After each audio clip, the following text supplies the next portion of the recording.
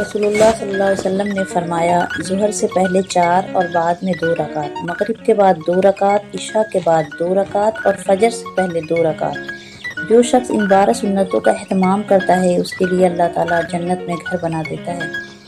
ان اللہ سمیع بصیر واللہ بما تعملون خبیر واللہ علی کل شیء شہید ان اللہ بکل شیء علیم واللہ خبیر بما تعملون۔ بے شک اللہ سننے اور دیکھنے والا ہے، اور اللہ تمہارے اعمال سے باخبر ہے، اور اللہ ہر چیز پر خود گواہ ہے۔ بے شک اللہ ہر ایک بات کا علم رکھتا ہے، اور اللہ جانتا ہے اسے جو تم اعمال کر رہے ہو، یعنی جو کچھ بھی تم کر رہے ہو تمہارے کرتوتوں کی اللہ کو خوب خبر ہے۔ یا ایھا الذین آمنوا اتقوا اللہ ولتنظر نفس ما قدمت لغد واتقوا اللہ ان اللہ خبیر بما تعملون۔ اے ایمان والو، اللہ سے ڈرو اور ہر شخص کو دیکھنا چاہیے کہ اس نے کل کے لیے کیا آگے بھیجا ہے، اور اللہ سے ڈرو کیونکہ اللہ تمہارے کاموں سے خبردار ہے۔ سورۃ الحشر۔ واللہ یختص برحمتہ من یشاء، اللہ تو جسے چاہتا ہے اپنی رحمت سے خاص کر لیتا ہے۔ واللہ ذو الفضل العظیم، اور اللہ بڑا ہی فضل کرنے والا ہے۔ سورۃ البقرہ۔ کتنا سکون دیتی ہے نا یہ آیت۔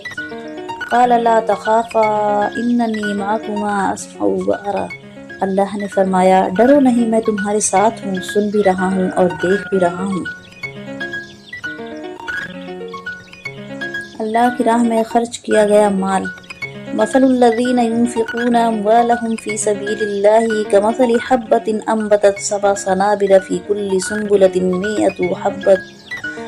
100 حبة واللہ یضاعف لمن یشاء واللہ واسع علیم۔ جو لوگ اللہ کی راہ میں اپنا مال خرچ کرتے ہیں ان کی مثال ایسی ہے جیسے ایک دانہ بویا جائے جسے 7 بالیاں اگیں، ہر بالی میں 100 دانے ہوں، اور اللہ تعالیٰ جس کے لیے چاہے اس کا اجر اس سے بھی بڑھا دیتا ہے، اور اللہ بڑا فراخی والا اور جاننے والا ہے۔ سورۃ البقرہ۔ سورہ یاسین پڑھنا۔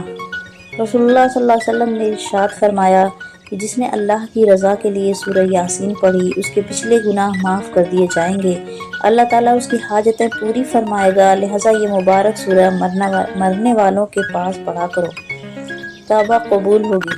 رسول اللہ صلی اللہ علیہ وسلم نے فرمایا اگر تم اتنے گناہ کر لو کہ تمہارے گناہ آسمان تک بھی پہنچ جائیں مگر اس کے بعد تم توبہ کر لو تو اللہ تعالیٰ تمہاری توبہ قبول کر لیں گے۔ اس لیے بندوں کو اپنے گناہوں سے مایوس نہیں ہونا چاہیے، اسے اللہ کی طرف پلٹنا چاہیے۔ سجدہ۔ سجدے کی آیت آئے تو تلاوت کرنے والا سجدہ کرے۔ حضور صلی اللہ علیہ وسلم نے فرمایا جب ابن آدم سجدہ کی آیت پڑھتا ہے پھر سجدہ کرتا ہے تو شیطان روتا ہوا الگ ہو جاتا ہے اور ہائے ہلاکت کہتا ہے۔ ایک روایت میں وہ کہتا ہے ہائے میری ہلاکت، ابن آدم کو سجدہ کا حکم دیا گیا تو سجدہ ریز ہو گیا اور اس کو جنت مل گئی، اور مجھے سجدہ کا حکم دیا گیا تو میں نے انکار کیا اس لیے میرے حصے میں جہنم ہے۔ حسب ذیل قرآنی صورتوں میں کل 14 سجدے ہیں، وہ صورتیں یہ ہیں: نمبر 1 سورہ اعراف، نمبر 2 سورہ رعد، نمبر 3 سورہ نحل، نمبر 4 سورہ بنی اسرائیل، نمبر 5 سورہ مریم، نمبر 6 سورہ حج، نمبر 7 فرقان، نمبر 8 نمل، نمبر 9 الف لام میم تنزیل، نمبر 10 صاد، نمبر 11 حامیم سجدہ، 12 نجم، 13 ذات السماء انشقت، 14 اقرا یعنی علق۔ آیت سجدہ آیت و تلاوت کرنے والے سننے والے دونوں پر سجدہ واجب ہوتا ہے، خواہ سننے والے نے سننے کا ارادہ کیا ہو یا نہ کیا ہو۔ حدیث میں ہے تلاوت کرنے والے سننے والے دونوں پر سجدہ ہے۔